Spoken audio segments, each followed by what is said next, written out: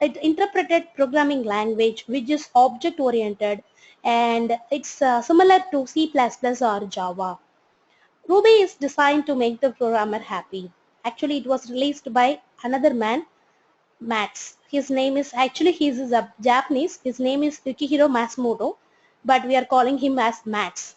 So he has released Ruby in 1993. Why Ruby become much familiar right now is the syntax difference between other programming languages and Ruby. So Ruby is very easy to learn. So it will be having very simple syntax. So you will be writing very less code. That's why we are using this Ruby to develop this Rails framework.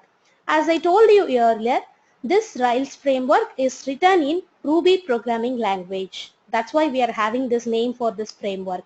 Ruby on Rails. Rails is written in Ruby programming language, right? So that's why we are using this Ruby for simplification purpose. So your coding will be very simple, very fast, and you will be writing very less code, and debugging and maintenance of the code will be very simple. Okay, so I will explain it with the difference between a Java code and then Ruby code.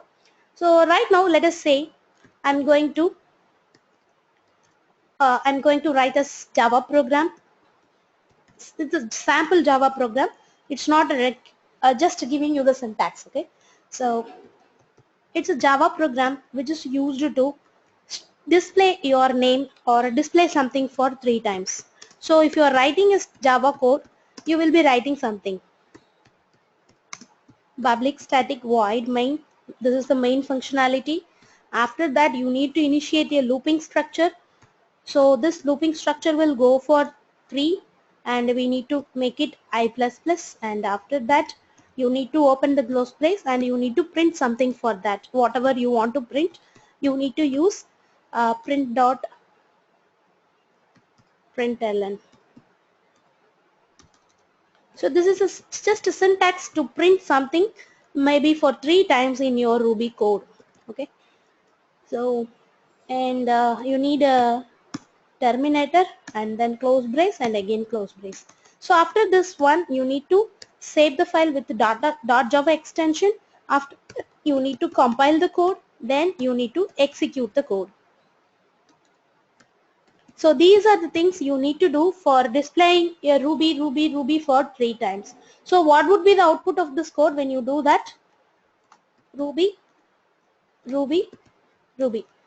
If there is any syntax mistake, please forgive me. It's not the correct code. I'm just writing out the syntax.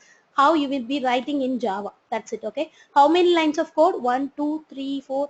So let me put line numbers. So totally 10 lines of code. Okay. So we are writing 10 lines of code to do that particular printing of Ruby for 3 times. So initially we will be having compilation step and execution step. So these are the stuff we will be using when you are doing it with Java. So similarly, if you want to do the same with Ruby, you can do it like this.